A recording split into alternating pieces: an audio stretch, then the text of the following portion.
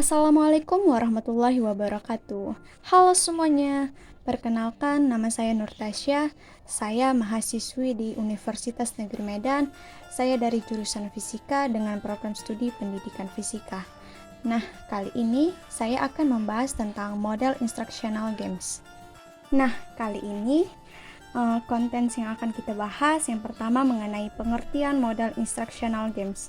Yang kedua, karakteristik instructional games. Yang ketiga, komponen instructional games. Dan yang keempat yaitu kelebihan dan kekurangan dari CBI. Oke, kita masuk ke materi yang pertama mengenai pengertian dari model instructional games. Nah, apa sih model instructional games ini? Nah, jadi model pembelajaran instructional games ini merupakan suatu model dalam pembelajaran yang digunakan untuk membelajarkan siswa dengan cara menyediakan berbagai macam permainan yang bersifat mendidik. Nah, instructional games ini merupakan salah satu bentuk metode dalam pembelajaran berbasis komputer. Nah, tujuan instructional games ini adalah untuk menyediakan pengalaman belajar yang memberikan fasilitas belajar untuk menambah kemampuan siswa melalui bentuk permainan yang sifatnya itu mendidik. Nah, instructional games ini tidak perlu menirukan realita, namun dapat memiliki karakter yang menyediakan tantangan yang menyenangkan bagi siswa. Oke, kita masuk ke materi yang kedua, yaitu karakteristik instructional games. Nah, adapun tahapan yang harus ditempuh dalam pembuatan instructional games sebagai model pembelajaran. Nah, di sini ada 7 tahapan. Yang pertama itu adalah tujuan. Nah, setiap permainan harus memiliki tujuan, yaitu tujuan pembelajaran yang telah ditetapkan. Nah, pada beberapa instructional games, tujuan diidentifikasikan dengan pencapaian skor yang diharapkan. Nah, kemudian tahapan yang kedua yaitu aturan, yaitu penetapan setiap tindakan yang dapat dilakukan dan yang tidak dapat dilakukan oleh pemain. Nah, aturan tersebut dapat berubah selama hal tersebut berfungsi untuk menghindari kelemahan-kelemahan yang terjadi pada aturan. Yang ketiga itu kompetisi. Yang keempat ada tantangan. Nah, maksud ini menyediakan beberapa tantangan seperti pada Ordeal of Hangman yang tujuannya ini untuk menebak kata yang tepat dan selanjutnya akan digantung bila melakukan kesalahan. Kemudian yang kelima, khayalan. Nah, permainan sering bergantung pada pengembangan imajinasi untuk memberikan motivasi kepada pemain. Yang keenam ini ada keamanan. Nah, permainan menyediakan jalan yang aman untuk menghadapi bahaya seperti peperangan. Dan yang terakhir ini ada hiburan. Nah, hampir semua permainan untuk menghibur. Nah, permainan dalam pembelajaran itu berperan sebagai pembunuh motivasi. Oke, selanjutnya itu kita masuk materi yang ketiga, yaitu komponen instructional game. Nah, instructional games ini memiliki 3 komponen. Yang pertama itu ada introduction atau pendahuluan. Nah, maksudnya di sini tujuannya adalah untuk menetapkan tahapan dari permainan dan menjamin siswa akan mengerti apa yang harus dikerjakan. Jika dalam pembukaannya kurang menarik, maka akan kehilangan tujuan pembelajarannya. Sebab siswa mungkin hanya berkonsentrasi dalam menyelesaikan masalah-masalah yang tidak penting dari instructional games itu sendiri. Oke, komponen yang kedua itu body atau bentuk dari instructional games.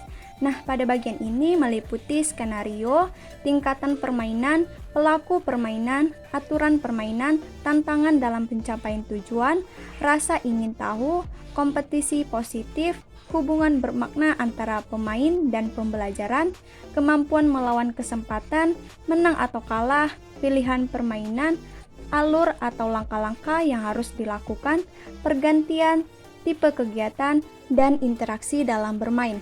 Kemudian komponen yang ketiga yaitu closing atau penutup. Nah, dalam menutup permainan yang harus diperhatikan adalah memberitahu siapa pemenangnya dengan memberikan skor terbaik. Kemudian memberikan penghargaan atau reward baik berupa benda seperti uang, makanan, atau permainan tambahan secara cuma-cuma.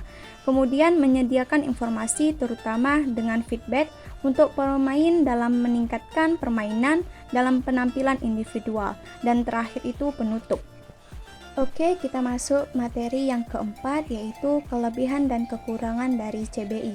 Nah, CBI di sini kepanjangannya yaitu Computer Based Introduction. Oke, kita masuk mengenai kelebihan CBI. Nah, yang pertama ini dapat menayangkan informasi dalam bentuk teks dan grafik. Yang kedua, dapat membangkitkan motivasi kepada siswa dalam belajar.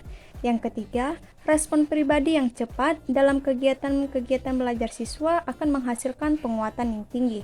Yang keempat, dapat dihubungkan dengan video untuk mengawasi kegiatan belajar siswa. Yang kelima, pemberian perintah secara individual dapat dipersiapkan bagi semua siswa dan kemampuan belajar mereka pun dapat diawasi. Yang keenam, siswa akan mudah dan diatur oleh guru dan membantu pengawasan lebih dekat kepada kontak langsung dengan para siswa. Dan yang terakhir yaitu dapat diadaptasi sesuai kebutuhan siswa. Oke, selanjutnya yaitu kekurangan dari CBI. Nah, yang pertama ini memerlukan biaya yang tinggi. Nah, maksudnya ini ada pengadaan, pemeliharaan, dan perawatan komputer yang meliputi hardware dan software yang memerlukan biaya yang relatif tinggi. Kemudian yang kedua itu memerlukan perangkat keras. Nah, maksudnya di sini penggunaan sebuah program komputer biasanya memerlukan perangkat keras dengan spesifikasi yang sesuai. Yang ketiga ini perangkat lunak dengan spesifikasi tidak sama. Nah, maksudnya di sini perangkat lunak sebuah komputer seringkali tidak dapat digunakan pada komputer yang spesifikasinya tidak sama. Yang keempat, membutuhkan hardware khusus. Nah, maksudnya di sini membutuhkan hardware khusus untuk proses pengembangan dan penggunaannya. Nah, yang kelima di sini dibatasi dengan waktu. Nah, maksudnya hanya efektif jika digunakan untuk penggunaan seseorang atau beberapa orang dalam kurun waktu tertentu. Oke, baiklah, cukup sekian yang dapat saya sampaikan mengenai modal instructional games serta terkait dengan kelebihan dan kekurangan dari CBI. Baiklah, itu saja yang dapat saya sampaikan. Lebih dan kurangnya saya mohon maaf. Assalamualaikum warahmatullahi wabarakatuh. Terima kasih.